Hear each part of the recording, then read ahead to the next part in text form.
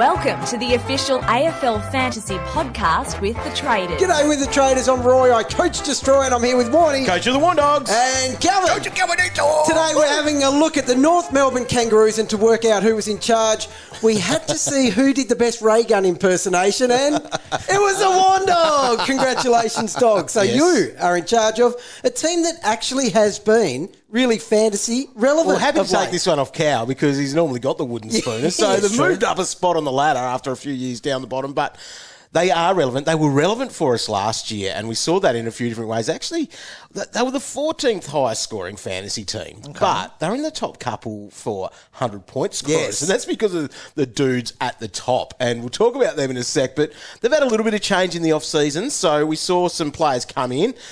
Players that we'll talk about, especially Caleb Daniel off the top there. We'll talk about him. But they brought in Luke Parker, some great experience for them there. Jack Darling will do his thing up forward, and a few rookies as well. Okay. Who'd they lose? Not much. No. Really. And it's not really upsetting the apple cart as such with the team. Certainly It's not. not sort of those best 22 players that are out of the side. Hugh Greenwood, he obviously spent a lot of time in the VFL to finish his career last year. Jaden Stevenson was in the mix there at times, but yeah, those guys are... Lazaro, we've had him before. Jury, number we've of had him times. before. There's heaps of them, Roy. Now, don't be disrespectful, but Warnie did say relevant there. That's true. Okay, moving on. Anyway, so let's start looking at them. And right at the top of the table, they've got two players that are actually worth over $1.1 million in Classic because of their epic seasons last year. And we'll start with the ex, Tristan Xerri, the big ex-Xerri. So the ruckman, he was absolutely brilliant, as we know, and everyone was on board, pretty much thanks to Roy doing the hard yards 12 months prior. That's it. Hey, you're welcome, He's everybody. going, best Hope player you in the all league, enjoyed. points per minute he was talking about. How when good got is he, though? injured. Yep. It was all true. Look, Incredible. ex-Airy Island has turned into a country. It's a party. It is. A 24-hour-a-day. So we would all remember this. He started at 580k last year and was basically a must-have to begin with. He went up over 1.1 million. He was the first player to ever do that. Wow. So, yeah, it was basically average 66 a couple of years before. See you later, Goldie grabs that number one ruck spot. Two hands. And tackled his way to Yep. a huge average of 114.5. Goodness me. But where that really was big, back half of the season, after their bye, he went at 125.4. His value. And I'm telling you, Right. and if we remember, like he did those things, those beast things. Yeah. Like, it was 7.5 tackles a game per year, per week. Yep. Yeah, Per that sort of game. thing. I know what you're average, mate. That's Yeah. what an average is. Yeah, familiar. Get your head working, Warn Dog. Now, he was very good at that. Is that something you can maintain? I think it is. Yes, He's so an do I. animal. Yes. He is an animal.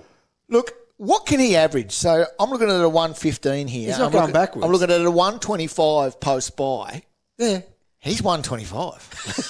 That's how my brain works. He'll edge closer to 120. He will. Without a doubt. So he did those 3 150 scores in a row and we were close to Yes, he did. snouting him because 100%. if he did 4, we would have done it. I reckon. All right. But can we see that? Is that on the radar this Yes. year, a snout?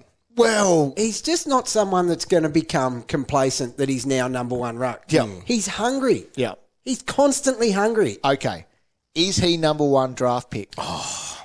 Roy? I'm not against it. I think Marshall just goes ahead of him. And ex-area number two. Yeah. If it's me, because I think I'm 2 years in a row with the number one pick, I will not hesitate to go X Over Marshall. over Marshall. Wow.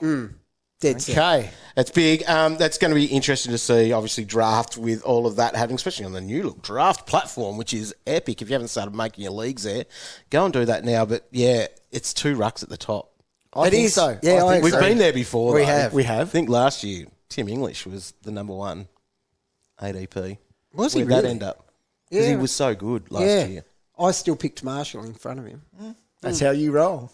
That'll be X this year. Yeah, so X is obviously there. I don't know. Well, Cow thinks there's some value there, but it might be a tough one to try to sell as spending that much money on a player. But with the other rucks, he's in the mix. He's Actually, If you win he's him at R1. and real value. That's it. Because he's a captain option, week in, week out. Roy, stop. Sorry. So Getting the other excited. one was Harry Sheezel. So he will cost you $1,151,000. Still got the defender status. So he averaged 112.1 in his second year after a 97.3 in his first year. Wow. I'd love to squeeze him in. Now, the thing is with him, obviously, is he better The in role- the middle yeah. or is he better down back? Well, no. Like, he's better down back. He is. So we saw that in the first 7 weeks of last year, he was averaging 125.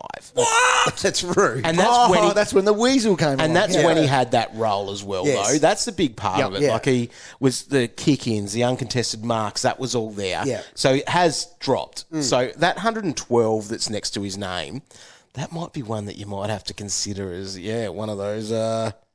Oh, don't do it. Oh, no. Yes, I like it. I just don't think so. Do you think he's going down from the 112? I understand what you're saying. It's not a ridiculous...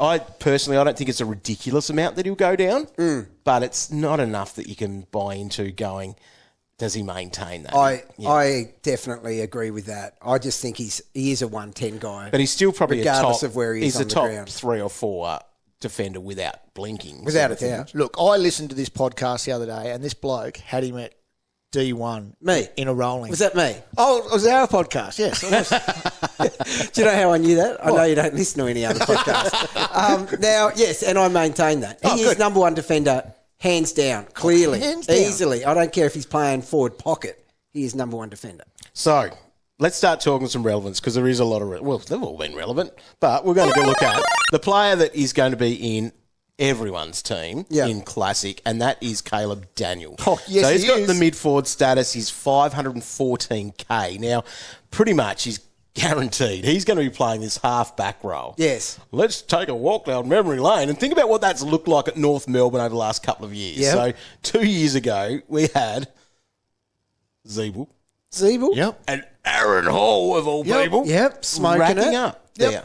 And they were able to do that. And then, even last year, Colby's a gun. Obviously a gun player there. He came 5th on the list here for average of their he team. was last just a year. rookie. Only rookie just doing beaten by Zach Fisher. Yeah, and Zach Fisher's the other one back there. You know doing what that. they do. Yes. Fish was racking. Sheezel was, then Fish came in, then Colby. So Shees was averaging, 125 playing that role. Now, we're not saying Caleb's going to average 125, but geez, you'll be close. So Caleb Daniel, though, so his career, like the 2 years before last year, so he averaged 50 last year Yes. because he was bevoed. He had, in his 15 games, 7 of them he started as sub. So that's going to screw your average, Tony. It will. So that's the 5 years before that as well, like before last year, he went 85 plus. Like he just can score, and a lot of that time was in that nice friendly role. And I don't know if the Bulldogs were as friendly in that role as No, they North weren't. Melbourne are. No. So There is nothing friendlier. And when in his recruitment campaign to get him there, Yes. it was pretty much, do you want to have fun playing football, Caleb? Yes. Do you like getting lots of easy possessions and running around having fun? Yes. Well, here's the role for you. And he was sold. Signed. It's built for him. It is. Seriously. Now, I know some people I heard were taking it too far and saying that he could average triple figures. Okay. And that was me. And I stand by it. Do you really? I 100%. So his best ever average was, 93.8 Yeah. Oh, he back in beats that. He's 2019. never experienced what he is about to experience. Agree. I'm not joking. This is a different beast, this half-back role for North Melbourne. It is seriously an asterisk. He will have the most footy he's ever had before. Yep. You think about a Sunday afternoon game. I haven't looked at the fixture, but they'll be there. They'll be there. Where North it's Melbourne. just the round is completely irrelevant, but this matchup is left. Yep. He will be having 30 and 10 with even barely any sweat coming out from under his lid. Agree. Seriously. Oh, I agree. Yeah, sorry. I am overs with this. And he can, but he I'm can kick the standing ball by it. well. I like one of the favourite nicknames I've seen from him is Microchip because he's... but he can hit the target. Claim it. We'll take that. Yeah. But he'll be taking the kickouts. Well, he will. So Colby was their number one guy. Then it was Zach Fisher. Zach Fisher, does he get games? No. No. Colby's going to be on a wing. Fisher's filling it. He's gone. He and is. Colby So, is and up on the Sheezel. wing. So their top three, Colby, Fisher and Sheezel, kick in. So that's got his name written all over it, does it? Yep, it does. He'll be taking it, but he'll also be getting it back. It's going to be that much of a globetrotter performance for him this year. Maybe that 100 isn't unrealistic. Right? Did you? He said did. that. Yeah. Good on you. Thank Thing you, is, dog. in Classic, It's just a no-brainer. Oh, 100%. Because So even it if he doesn't matter if goes we're 80, even wrong. he Yeah. pumps out 30-plus points on that. I just think it's going to be silly. All right, draft. So draft's the thing. Now, this is where you have to be a bit more realistic with what your projection is for him. Sorry, you gotta so settle when you down. say your triple figures, Roy, you're probably Yeah.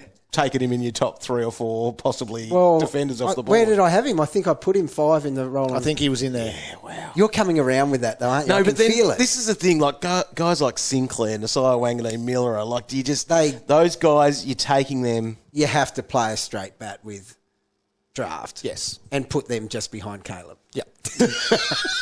but No, seriously, though, yes, they do deserve to be Like in front of him. realistically, in that, when hopefully you're holding your draft day after we see some practice matches, like what do you need to see to even put him up there? Just is it seeing that role at its best? Yeah.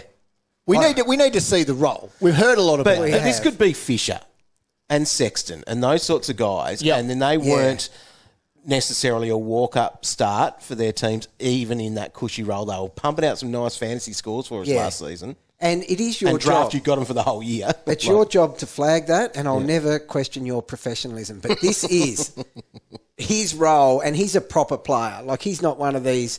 He's not a misfit plucked from the VFL. Yep. This is Caleb Daniel, established quality player in a role that just suits him beyond suiting anybody. And I haven't checked the fixture, but I'm pretty sure North Melbourne don't play at Ballarat.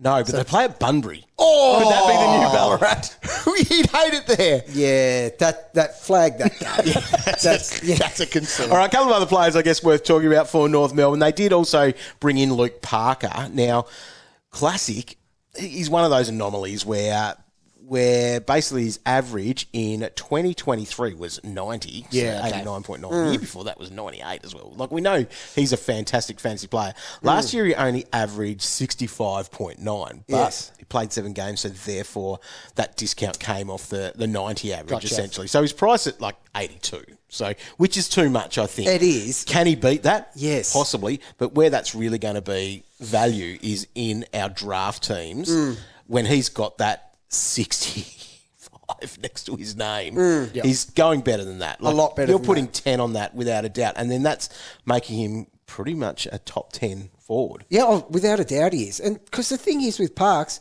I know that's not a huge discount given his circumstances, etc. But that's Luke Parker. I know he's a little bit older now, but this is a whole new ball game playing in this team Yeah. in this kind of environment. Agreed.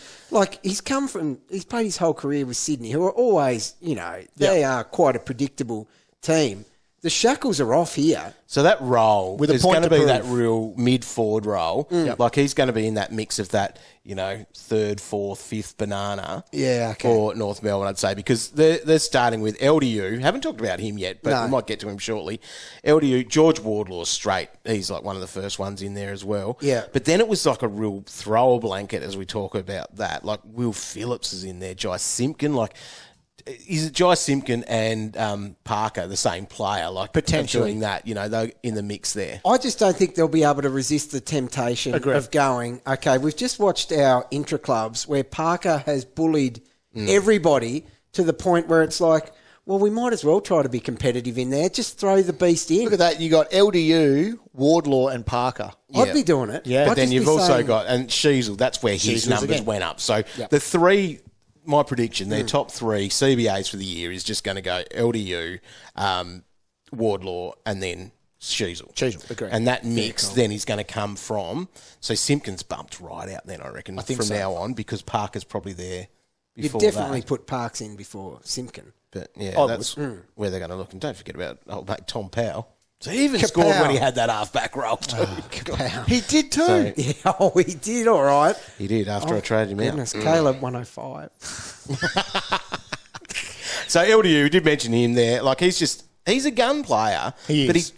I think a lot of us probably predicted that could have been his first ton year. There's always And he just went that mid-90s again. There's always, but what about when? Yes. When you talk about him. Yep. Oh, but what about that time? Yep. He Too just- many whatabouts. He strikes himself I think the out of worst it. part about it too is I just don't think he puts enough on it to make it.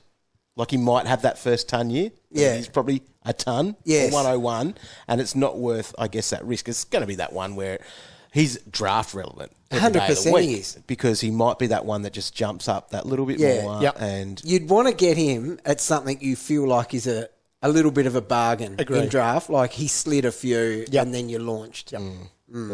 yeah, that's it. Kids, obviously, we need to talk about them. They will have a couple in the mix there. Yeah. So their second draft pick, so that was Finn O'Sullivan. So he's going to cost you $337K because he's number 2 pick. Take $3,000 off that $340. Yeah, solid. So he averaged 75 from his 4 games for Oakley last year in the Coates League.